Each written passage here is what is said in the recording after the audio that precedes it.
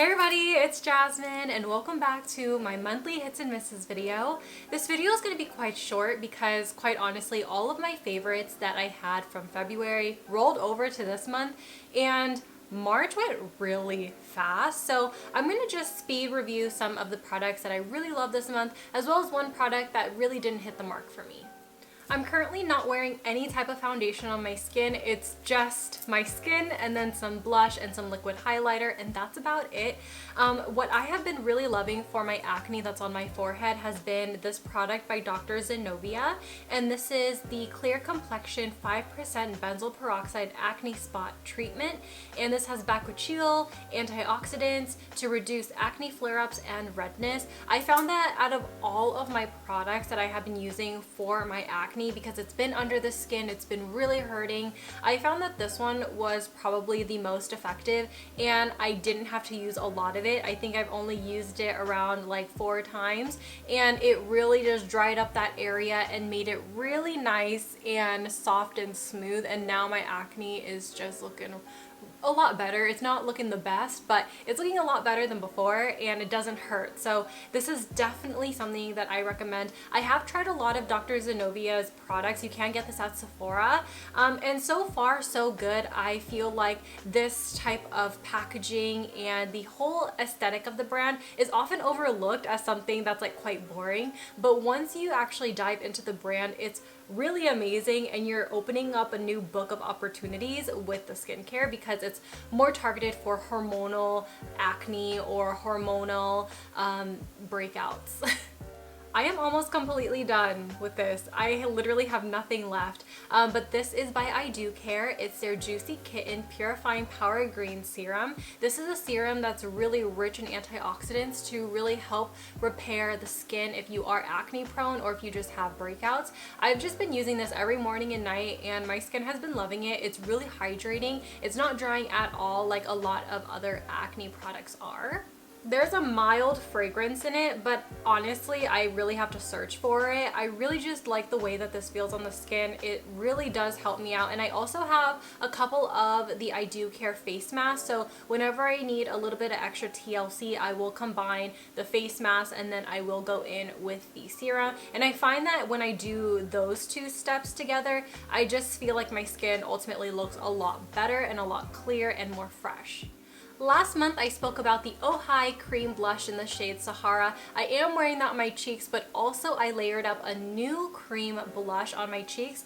I got this from Milk Makeup. I believe this was my birthday gift from Sephora from last year, and I got it late because obviously when my birthday was happening, it was the start of the pandemic, so a lot of the Sephoras were closed, so I waited until fall to get this, and I feel like this was probably like the best thing ever because it was either this one or skincare, and they didn't have the skincare in stock at the Sephora that I was at, so I ended up getting the lip and cheek cream product in the shade Werk, and honestly this color is really pretty. As you see here, it's just like your typical peach color. I like the way that this glides on the skin. I feel like when I have it on my bare skin like this, and also when I am wearing foundation, it doesn't lift up the foundation at all. It actually just blends in beautifully and natural, and I also like the fact that you could build it up and it will still just continue to build up the pigment and not go anywhere. So honestly, for that reason, I really do like it. It's more of a thick cream texture as opposed to a liquid blush like the Oh Hi. So this one was definitely a newer formula for me because I typically don't like that type of formula because normally it will lift my foundation and make it look like it's not natural at all. But this one still remains natural, it's still buildable, and it's a really nice color. As you guys know, I love talking about mental health, but also I love talking about women's health as well. And I want to just talk about these period panties here. I know, super random, and this is by the brand Lilova. I wear the size extra small. I wear a size 0 in pants, or size 24 if you guys are wondering. I am pretty small, so extra small fits me really, really well. I'm currently on my week right now, and I just want to quickly just talk about this because I did use it last month when I was on my period, and then I decided to use it again, and honestly these are so comfortable. Now I have seen so many period underwears on the market, and honestly, I just thought they were like a diaper, truly. I mean, what else comes into your mind, right? Because I am on birth control, my periods are quite light, but last month for some weird reason, I had a really heavy flow. It was quite concerning to me because it was like out of nowhere. I didn't realize, and I put these on and I decided, you know what, while I'm on my heavy flow, let's go ahead, put this to the test, because a lot of people actually like using this as a backup when they sleep, or even when they are wearing their regular pads or tampons, just in case they leak, the underwear can soak up the excess blood. Now I just decided to go full force, full throttle, and just completely wear the underwear on its own in a full heavy flow. If you guys have tried the Always Infinity pads, the ones that feel like a beautiful cloud and pillow upon your vagina, it just feels so comfortable and so dry, but it doesn't feel heavy at all. Same thing with these bad boys. It's like there's an Always Infinity pad inside these, and it feels so dry. Now, I have been wearing these, of course, like every single day on my period, and of course you are supposed to wash it and clean it after every single use. Here's how I would go about like a really heavy day. Say I'm out and about, say I'm back at work, and I just feel like, okay, I don't want to have a bloody underwear on all day. What I would personally do is I would wear my pads, and then throughout the middle of the day, because you are supposed to change your pads, I would just take the pad off itself, and then I would just wear the underwear as is. It soaks up everything, you stay dry, and that's pretty much it. So this is really good. It's really comfortable. I think the only con I would have to say are the seams, because they are pretty thick. So if you do want to wear your leggings, you are going to see your underwear lines in this, but honestly, I don't really care, because I would honestly rather be comfortable than having somebody look at my butt and being like, oh, you could see your underwear. Like, of course I'm wearing underwear. Duh. But normally on normal circumstances, I do wear jackets to just cover my butt anyways. So this is definitely a 10 out of 10 for me. Also, I didn't mention how to clean it. So what you would want to do is you want to just throw these in the shower under running water, or you could do it in your sink, whatever is more comfortable for you. What I do is I just toss it in my shower, run the water while I brush my teeth. When that 2 minutes is up, I will go ahead, wring the underwear out, and I'll put it in my laundry bin, and I will do the laundry either that day or the next day, because I do have 2 of these. So there's that. And you also want to remember to air dry the underwear as well. I feel like a lot of different period underwear brands are different, but Lilova, you cannot, well, it's not that you can't machine dry, it's just recommended that you air dry it.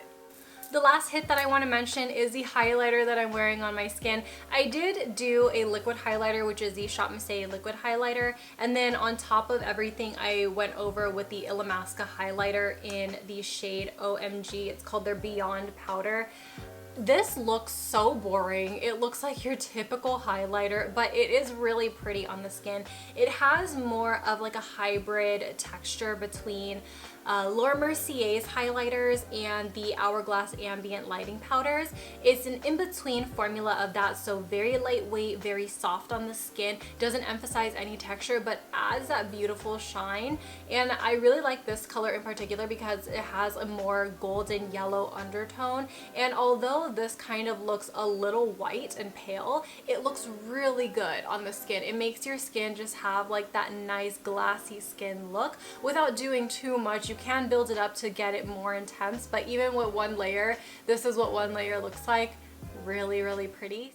We're gonna go into this mist, and honestly, you're gonna look at this and be like, Jasmine, you use like half of it. I know, and I'm determined to finish it up, but honestly, I don't know if I want to, because it smells so bad. It literally smells like pus, and every single time I use it, I just want to throw up and I gag every single time. And it is by First Aid Beauty. It's their Arnica Relief and Rescue Mask, and it's supposed to soothe and de-stress the skin, and it's also like a typical hydrating mask. I keep this in my shower, and I used it again this morning just because I wanted to use it up, and I I promise you, this smell is just not it for me. I can get away with a lot of different smelly smells, but this smell is not the smell that I want to be smelling.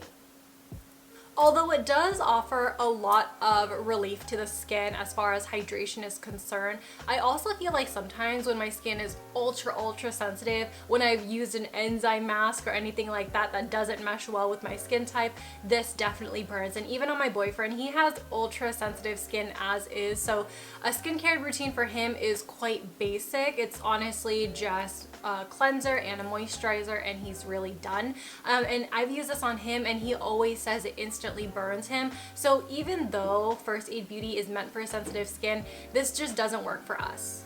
And there you have it, you guys. We are completed with another month of hits and misses. I hope you guys all really enjoy this one. Thank you guys so much for watching. Let me know if you have any favorites this month, or if you really hated a product. I would like to know, and I would like to know why.